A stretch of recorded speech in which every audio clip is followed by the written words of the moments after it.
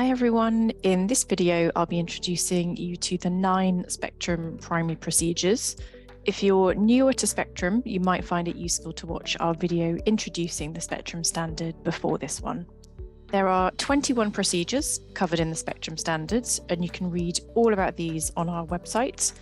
Within those 21 procedures, there are some core procedures, which we call the primary procedures, and you can see those towards the top of the screen here in green, and the other procedures are used if relevant, and those are the ones that you should see in grey boxes towards the bottom right of the screen. These 9 primary procedures are the ones that most museums will use most of the time, and this is where we would suggest every museum starts. If a museum implements these procedures, they will be accountable for all of the objects in their care, not just the ones that they own. They will know what objects are in their care, where those objects are, who owns those objects, and how they came into the museum's care. UK museums wanting to meet the requirements of the accreditation scheme will have to demonstrate that they meet or have a plan to achieve the Spectrum standard for these 9 procedures. So in this video, I'm going to briefly introduce you to each of these primary procedures. I won't be going through all of the detail though, for example, all of the requirements. For that level of detail, please read the procedure itself. We'll start with object entry. Object entry is used whenever an object is left in your care. This includes loans, inquiries, and also potential acquisitions. This procedure sets the tone for everything else that follows. It captures the first information about an object, records why objects have been left with you, and helps you provide a receipt for those objects.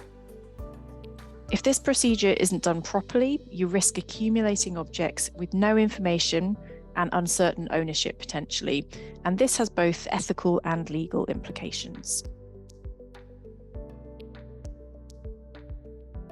A lot of the requirements for this procedure can be met using object entry forms, which might look familiar to some of you. These forms help us capture basic information about objects and their owners, as well as setting out standard terms and conditions.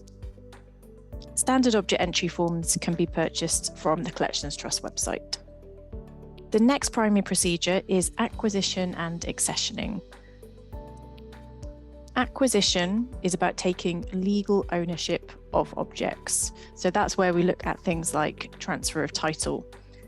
Not everything that we acquire is going to be added to our long-term collection, however. So accessioning is the formal commitment by your governing body to care for objects over the long term. Some museums refer to their accessioned collection as their core collection or their permanent collection. In Spectrum, we refer to this as your long-term collection.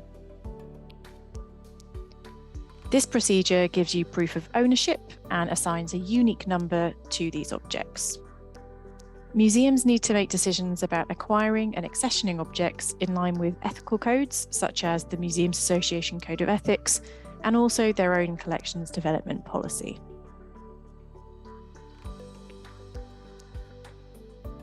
A key element of this procedure is numbering. An object number is the best way to link an object to all of the information about it, which might be held in several different places. You can find more information about numbering, such as common number formats, as well as safe marking and labelling information on the Collections Trust website. And on the slide here, you can see a couple of examples of fairly common numbering formats.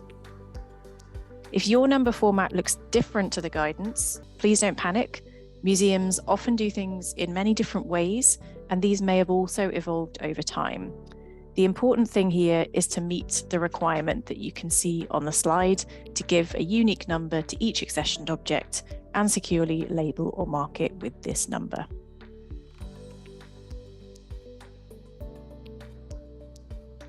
Another key element of this procedure is the tamper-proof record of accessioned objects, or your accessions register. This might be handwritten, as you can see in the example on the screen, or in another format.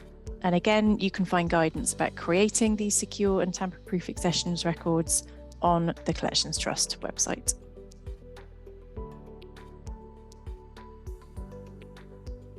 Location and movement control procedure is about keeping a record of where all the objects in your care can be found and updating the location each time an object is moved. A museum should be able to locate any object at any time. This is a really important element of accountability, but also enables you to find and use your collections. For this, you will need to have an agreed system of naming all the buildings and rooms within them where your objects might be stored or displayed. This procedure also records environmental conditions within their spaces, so you can be sure that they're suitable for the objects kept within them. Within each space, you should be able to record the exact location of each object with appropriate precision, for example, specific boxes, shelves, drawers, or display cases. And ideally, your system will also record where objects have been located in the past. This can be useful if, for example, you notice pest damage or some other change in an object's condition, and you need to investigate what the possible cause might be. The inventory procedure is about checking you have the basic information to be accountable for the objects in your care. If the collections in your care have been well documented from the start, the information will be spread between things like accession registers, catalogue records, object entry forms, loan forms, and other records. It might never get brought together into a single list, but it could be without too much difficulty. The minimum inventory information that we're referring to, you can see on the slide here, which is a unique object number, an object name, the number of objects if we're describing a group, a brief description or an image, the current location and when it was noted there, who owns each object in your care and how those came to be in your care. For example, have they been acquired? Are they on loan? And where possible, a note of who recorded this information and when. You should also be able to tell if an object is part of the accessioned collection or unaccessioned, for example, as part of a support or handling collection. Museums will often do this by distinct different number formats for each of those different types of collections, but you might do this in another way, for example, through the catalogue records. The information here is generated and maintained by all of the other primary procedures. So if these have always been in place properly, you should already have this information. Not having this information in place leaves your organisation open to risks. For example, security risks. How will you know if an object is missing or stolen if you're not sure where it was supposed to be in the first place? If somebody makes a claim for an object, how will you prove that the museum in fact owns that object? If the collection in your care has not been well documented and you don't have this minimum information, the suggested procedure will explain what steps to follow next. If you want to know more about assigning and resolving temporary numbers, for example, this is the procedure that you will need. Cataloguing is the ongoing process of recording and managing information about collections, often from multiple perspectives, to meet the needs of a range of users. And this definition, is worth noting, was revised in September 2022 as part of our Rethinking Cataloguing campaign and consultation. And you can read more about this on our website. Museums create a catalogue record for each object, or indeed groups of objects, either in a computerized system, for example, using collections management software, or in paper-based systems, for example, on paper catalogue cards. But often we're dealing with a combination of the two. Catalogue records are often more than the inventory level information that we just looked at. Inventory information will tell us an object exists and where we can find it. Catalogue records usually build on this core information with more context and significance. And often this information will come from multiple sources, particularly if your museum has an inclusive approach to cataloguing. There is no ideal catalogue record. Your approach to cataloguing should be carefully considered at policy level and taking into account your museum's mission, the type of collections in your care, and the needs of different users.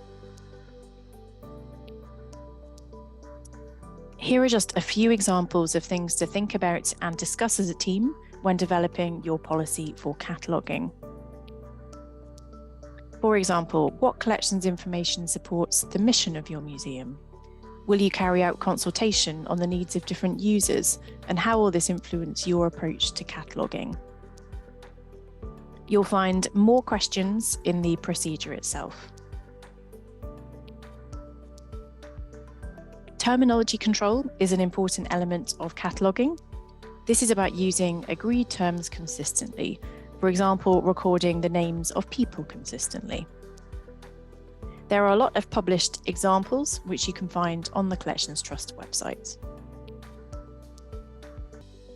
The object exit procedure is used to record when objects leave our care for various reasons. This might be when we're returning an object to the owner after an inquiry, or perhaps sending something to a conservation studio. Key elements of this procedure include making sure objects leave with appropriate authorization and signatures to prove that you've transferred objects into somebody else's care. Loans in is about managing objects borrowed for fixed periods and for a specific purpose. Typically, that might include objects borrowed for an exhibition or a research project. Loans should always have an end date and be subject to a written loan agreement. When you approach the end date, you can either renew the loan for a further fixed period or return the object to its owner. There should be no permanent loans in your museum. If you encounter any permanent loans, perhaps historically within your organisation, you should undertake a project to either renew them for a fixed period, try to acquire them, or return them to their owner. Loans in is a good example of linked procedures. When an object arrives after the loan has been arranged, including the written loan agreements, you will need to record its entry into your care using the object entry procedure, and you'll also need to record its location. Our next procedure is loans out, which is about assessing requests for you to lend your objects and managing the lending process until those objects are returned to you. Much like loans in, these should only be for a fixed period and should be subject to a loan agreement. The documentation planning procedure is about making your documentation systems better and enhancing the information they contain as an ongoing process of continual improvement. If your organisation does not yet meet the minimum standard for the inventory procedure, this should be the first priority addressed within your plan. Planning improvements to your documentation should be done as part of your organisation's wider forward planning process. For example, the goal of putting collections images online might prompt a project to improve the copyright information in order to do this, or perhaps an exhibition might involve some research that could enhance catalogue records. Remember, you can find the full procedures on the Collections Trust website, as well as a lot of supporting guidance. Thanks for watching.